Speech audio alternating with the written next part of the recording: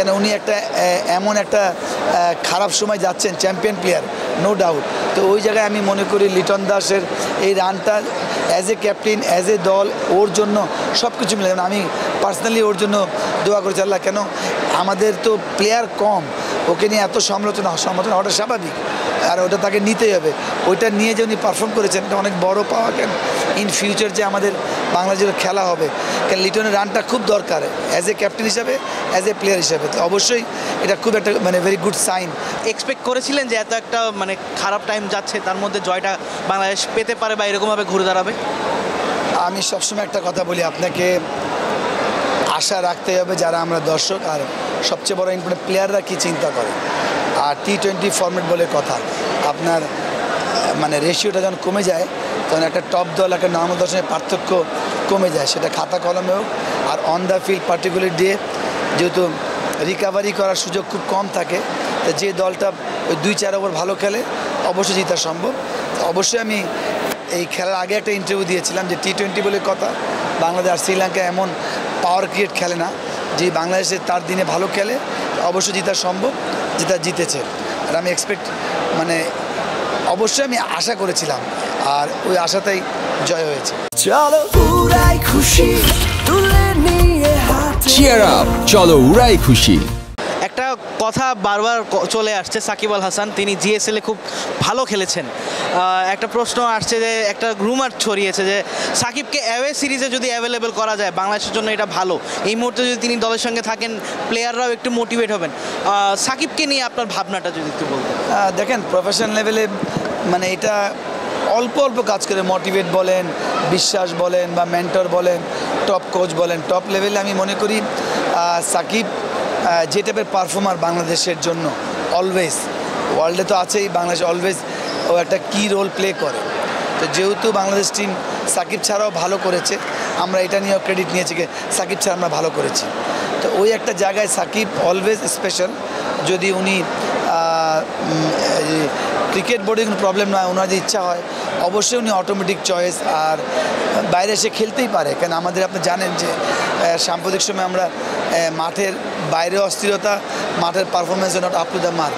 যদি একটা প্লেয়ার আসে, ও যদি তাকে একটা রেসপেক্টও দেওয়া হয়, আর প্রফেশনাল লেভেলে আমি রেসপেক্ট তো আছেই, সাথে যদি তার যদি কিছু পারফর্ম আমরা পাই, আমার দল ভালো করতে পারে, তো অবশ্যই একটা বাংলাদেশ দলের জন্য এটা অনেক ভালো।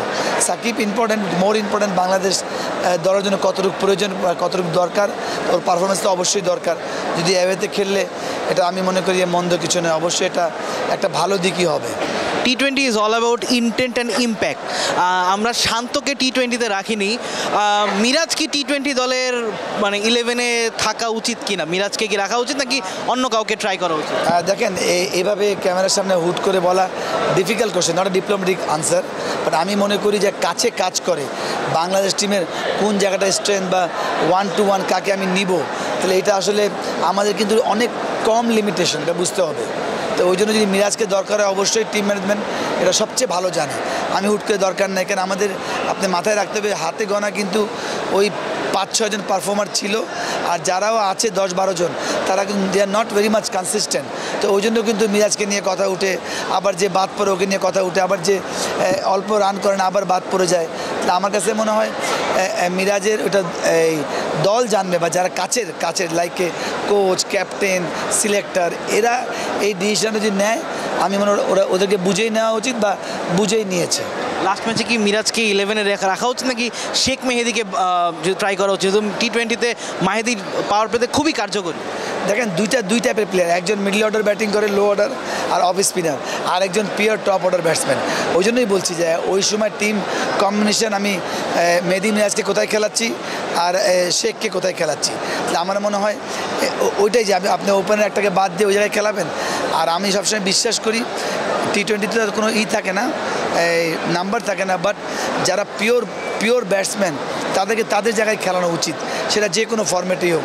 ওকে একদম ম্যাক্সিমামে চান্স দিয়ে যাতে ও স্যাটিসফাইড থাকে, দলও স্যাটিসফাইড থাকে, আমি ম্যাক্সিমাম স্যাটিসফাইড থাকে, ম্যাক্সিমামই সুযোগ দিয়েছি একটা প্লেয়ারকে। লিটনের রানে ফেরাটা আপনি স্বস্তি? দেখেন প্রথমে তো হচ্ছে বাংলাদেশ, আমি অলওয়েজ চিন্তা করি, কেন উনি একটা এমন একটা খারাপ সময় যাচ্ছেন, চ্যাম্পিয়ন প্লেয়ার নো ডাউট। তো ওই জায়গায় আমি মনে করি লিটন দাসের এই রানটা as a captain, as a দল, ওর জন্য সব কিছু মিলে, আমি পার্সোনালি ওর জন্য দোয়া করেছি আল্লাহ। কেন আমাদের তো প্লেয়ার কম, ওকে নিয়ে এত সমালোচনা হওয়াটা স্বাভাবিক, আর ওটা তাকে নিতেই হবে।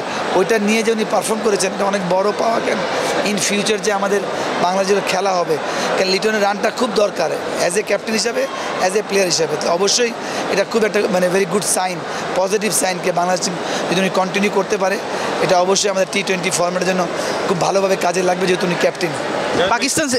পাকিস্তান সিরিজের আগে শ্রীলঙ্কা সিরিজের লাস্ট T20টা কতখানি ইম্পর্টেন্ট? সিরিজ জিতলে পাকিস্তান সিরিজের জন্য আমরা মোরালি অনেক বুস্ট আপ হবো, কি মনে করছেন? দেখেন আমাদের বাংলাদেশ টিমের জন্য আমরা এখনও সবসময় বলি 2 নাম্বার 3 নাম্বার দল হয়নি, আমরা অলওয়েজ স্ট্রাগলিং দল। প্রতিটা সিরিজ, প্রতিটা ম্যাচ, প্রতিটা রান আমাদের জন্য খুব ইম্পর্টেন্ট। তো এই যদি আমরা সিরিজটা জিততে পারি T20, আমার কাছে মনে হয় এটা আমাদের ফিউচার ক্যালেন্ডারে হেল্প করবে, যেটা আমরা কোয়ালিফাই খেলতে হয়, অনেক পয়েন্টস থাকে। সেম অ্যাজ ওয়েল পাকিস্তানে আপনি যখন ভালো নোট করে যাবেন, যেহেতু নেগেটিভ যখন ভর করে সব জায়গায় নেগেটিভ হয়, তাহলে এই পজিটিভটাই পাকিস্তান টুরে অবশ্যই ভালো খেলবে।